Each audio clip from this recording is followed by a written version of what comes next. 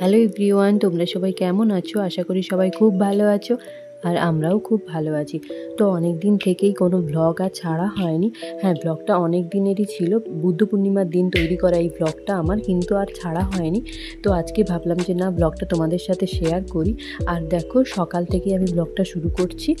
সকালে রায়ের জন্য ওটস বানিয়ে নিয়েছিলাম, খেজুর দিয়ে ওটস বানিয়েছিলাম সেদিন।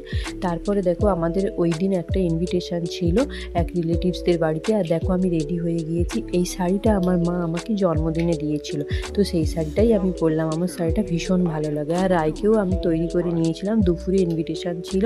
তো ওই দিন মানে গরমও ছিল প্রচণ্ড, একদম বাড়ির যেহেতু কাছে ছিল রিলেটিভসদের বাড়িটা, সেই জন্য ওখানে আমরা রায়কে নিয়ে গিয়েছিলাম। নাহলে রায়কে নিয়ে যেতাম না। রায়কে আমরা ভাত খাইয়েই ওকে নিয়ে গিয়েছিলাম, কারণ ও তো আর ওখানে গিয়ে খেতে পারবে না।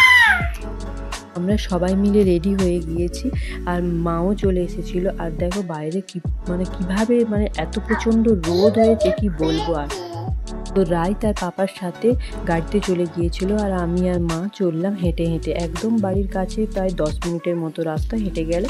আর রাস্তাতে দেখো একটাও লোকজন ছিল না। তখন প্রায় 11টা বা 11:30 এরকম বাজে, কিন্তু এতটাই গরম, এই গরমের মধ্যে রাস্তাতে কেউই দরকার ছাড়া খুব প্রয়োজন ছাড়া মনে হয় কেউ বেরোয় না। আর সত্যি এত গরমে রাস্তাতে না বেরোনোই ভালো, যা রোদ বেরিয়েছে। তো তারপরে আমরা ফাইনালি চলে এলাম বাড়িতে। আর এখানে গৃহপ্রবেশের পুজো হচ্ছে।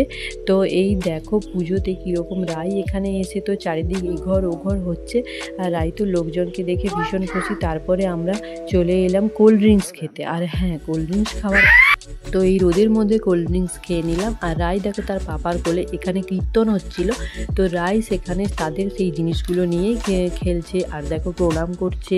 ওকে যেভাবে বলা হচ্ছে নিজে নিজেই কিন্তু ওগুলো করে নিচ্ছে, ওকে কিন্তু বলার অপেক্ষায় নেই। তারপরে একটু মিষ্টি মুখ করেছিলাম। তো তারপরে দেখো রায় তো এখানে এসে সবার সাথে একদম মিশে গিয়েছে। তো রায় আমাদের ভীষণ মিশুকে, ও যেখানেই যায় না সবাই চেনা অচেনা ওর কিছুই নেই। আর ছোটো বাচ্চাদের আর চেনা অচেনার কী আছে। তারপরে দেখো এখানে গৃহপ্রবেশের পুজো আর্চা চলছে।